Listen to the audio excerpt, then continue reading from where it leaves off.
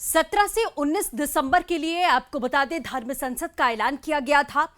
हरिद्वार में यानी कि उत्तराखंड में धर्म संसद शुरू हो चुकी थी। 17 से 19 दिसंबर के बीच में ये धर्म संसद होनी थी। आपको बता दें कि सिर्फ उत्तराखंड नहीं बल्कि दिल्ली में भी धर्म संसद का ऐलान किया गया था, लेकिन धर्म संसद में कुछ ऐसे शब्दों का इस्तेमाल किया गया जिसको लेकर बड़े सवाल खड़े हुए और कहीं ना कहीं अब सोशल मीडिया पर इसकी प्रतिक्रियाएं भी सामने आने लगी हैं।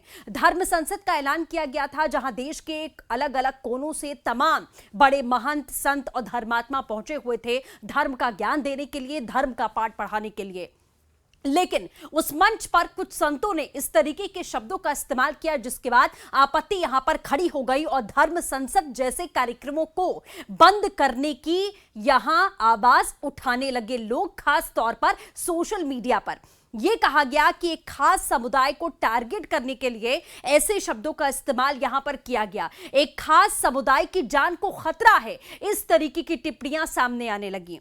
हालांकि आपको बता दें कि तमाम ऐसे साधु संत थे, तमाम ऐसी साध्वियां थीं जिनके मुख से कुछ ऐसे शब्द निकले जिसके बाद ये सवाल खड़े हुए। ये कहा गया कि एक विशेष समुदाय को खत्म करने के लिए आपको अपने हाथ में हथियार लेने पड़ेंगे, उनसे बदला आपको खुद ही लेना पड़ेगा। इस तरीके के शब्दों का इस्तेमाल इस धर्म संसद में किया गया।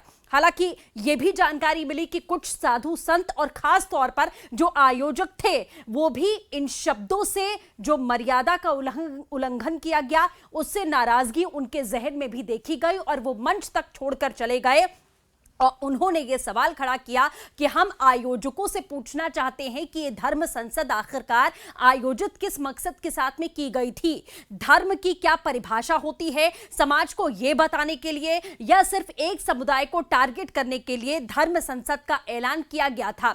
ये बातें सामने आई। इसके बाद आपको बता दें कि तमाम ऐसे वकील, 70 से ज्यादा वकील जिन्होंने मुख्य न्यायाधीश को एक पत्र लिखा है, उस पत्र में साफ तौर पर यह मेंशन किया गया है कि हमारे देश की अखंडता, एकता, संप्रभुता पर बड़े सवाल यहां खड़े हो रहे हैं। उसे तोड़ने की कोशिश यहां पर की जा रही है इस धर्म संसद के माध्यम से। इसे रोकना होगा। जिस तरीके से द्वेष फैलाने की कोशिश की जा रही है, क्योंकि कुछ शब्द ऐसे वहां पर चुने गए जिसमें सिर्फ और सिर्फ एक विशेष समुदाय, अल्पसंख्यक समुदाय को टारगेट किया जा रहा है, जिससे उनकी जान को खतरा हो सकता है। मरने मारने की कस्में खाई जा रही हैं। क्या इसी वजह से धर्म संसद का ऐलान किया गया था? वकीलों ने जो चिट्ठी लिखी है उसमें साफ तौर पर यह भी लिखा है कि आपको इस मामले पर संज्ञान लेना चाहिए जो कहीं ना कहीं एक ऐसी सोच और ऐसी विचारधारा को आगे बढ़ा रहे हैं जो हमारे समाज को दो फाड़ कर सकती है।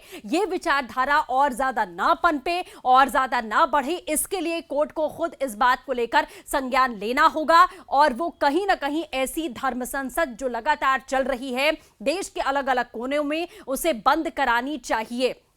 इस तरीके की बातें सामने आई। उसके बाद जब मामला बहुत ज्यादा बढ़ा तो एफआईआर का सिलसिला शुरू हुआ, जिसमें सबसे पहले कालीचरण, जो महंत जिन्होंने महात्मा गांधी के ऊपर टिप्पणी की थी, इसके बाद और ज्यादा बवाल इस मामले पर खड़ा हो गया क्योंकि एक तरफ कुछ संत ऐसे थे जो अल्पसंख्यक समुदाय के बारे में उन्होंने टिप्पणियां की थी, जो आरोप सोशल मीडिया पर लगाए गए हैं वीडियोस को जारी करते हुए। और इसके साथ ही महात्मा गांधी को लेकर कुछ ऐसे अपशब्दों का इस्तेमाल किया गया जिसके बाद एफआईआर और गिरफ्तारियों की बात उठने लगी और साफ तौर पर पॉलिटिकल पार्टीज की भी एंट्री हुई और यह कहा गया, चाहे हम कांग्रेस की बात करें या फिर हम टीएमसी की बात करें, अलग अलग दलों की बात करें, यह कहा गया कि महात्मा गांधी को लेकर वैचारिक द्वेष हो सकते हैं, वैचारिक मतभेद हो सकते हैं, लेकिन इस तरीके की टिप्पणी राष्ट्रपिता के लिए देश बर्दाश्त नहीं करेगा। तो तमाम तरीके के सवाल हैं, राजनीति भी चमकाई जा रही है और सवाल यह भी जाहिर तौर पर बनता है कि किसी भी धर्म संसद में कोई भी मंच आपको अधिकार नहीं देता किसी के भी बारे में, किसी भी समुदाय के बारे में या किसी भी ऐसे व्यक्ति के बारे में जो हमारे देश के लिए इतना महत्व रखता हो, उसके बारे में आप ऐसी टिप्पणी करें। बहुत शुक्रिया।